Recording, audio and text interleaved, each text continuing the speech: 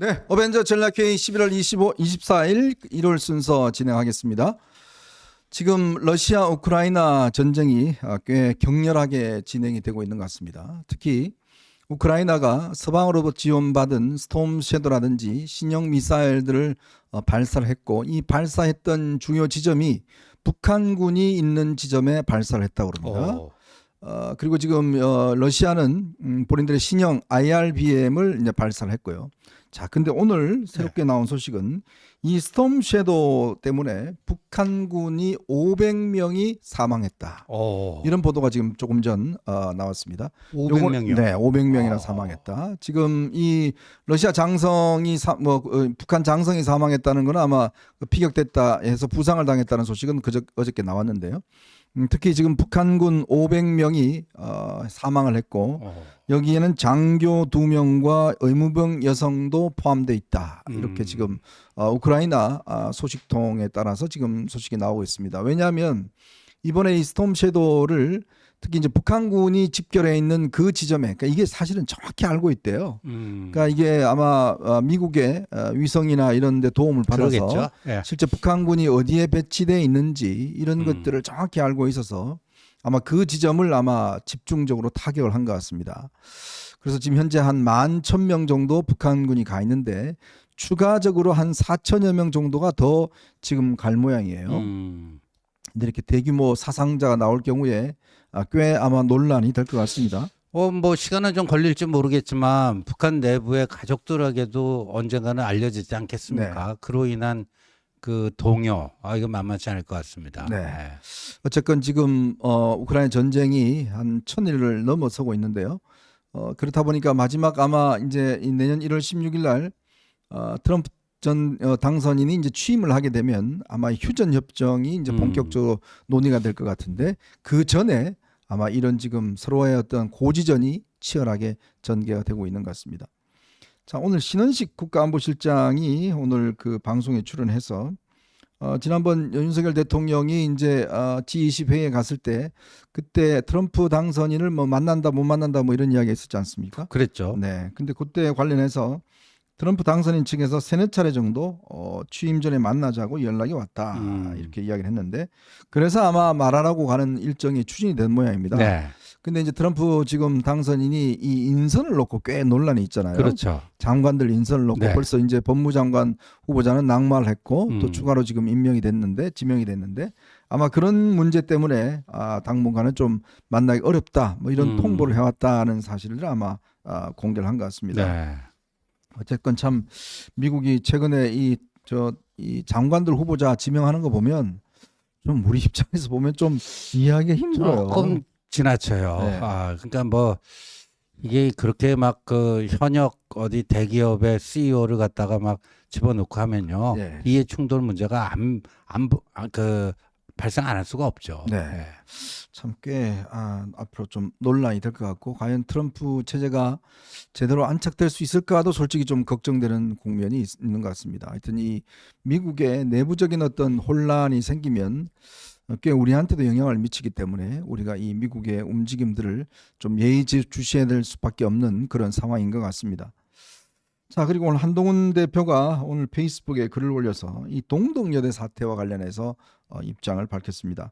여러분 뭐 좀 언론 통해서 보셨겠지만 동덕여대가 학교 측이 남녀공학으로 전환할 그런 가능성에 대해서 이제 비치다 보니까 학생들이 이에 집단적으로 반발하면서 거의 보름째 학교를 점거하고 특히 학교 온 데다가 이렇게 스프레이로 이걸 해서 지금 이거를 청소하는 데만 56억이 든다고 그래요. 청소하는 데만 56억이요? 네. 이게 뭐 거의 건물과 도로 뭐 동상 뭐 이런 것들이 완전히 아주 그냥 학교가 거의 뭐 아작이 나다시피 할 정도로. 그래서 지금 총학생회 측에서는 우리는 책임 없다. 우리는 모른다. 학생들이 자발적으로 했다. 왜냐하면 이게 지금 배상 문제가 있다 보니까요. 예. 이런 지금 주장을 하고 나왔는데 오늘 그래서 한 대표가 이 폭력 사태 주동자들은 책임을 져야 된다. 동덕의 남녀공학 전환 관련해서 여러 가지 의견이 있는 걸로 안다. 남녀공학으로 전환을 하든 안 하든 어떠한 경우에도 폭력이 용납될 수 없다. 학교의 시설물을 파괴하고 취업 박람회장 등을 난장판으로 만들어서 학교의 재산상의 피해를 끼치고 타인의 소중한 기회를 박탈한 것을 정당화될 수 없다. 그렇죠. 이렇게 이야기를 했습니다. 그러니까 이게 공학 반대에 대한 반대하는 저는 학생들의 의견 충분히 공감도 하고 네. 또 이해도 합니다만은 그렇죠. 그러나 그 방식을 저렇게 해버리면 과연 동의받을 수 있을지. 민주사회에서는 도저히 용납될 수 없는 폭력적 불법 폭력 행위를 한 것이죠. 그러니까 우리가 목적의 수단을 정당화하지 않는다. 이건 기본으로 배우는 거 아닙니까? 네.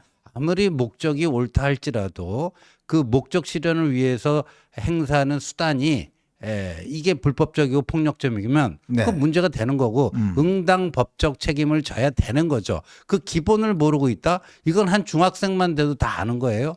초등학생만 돼도 다 알겠어요.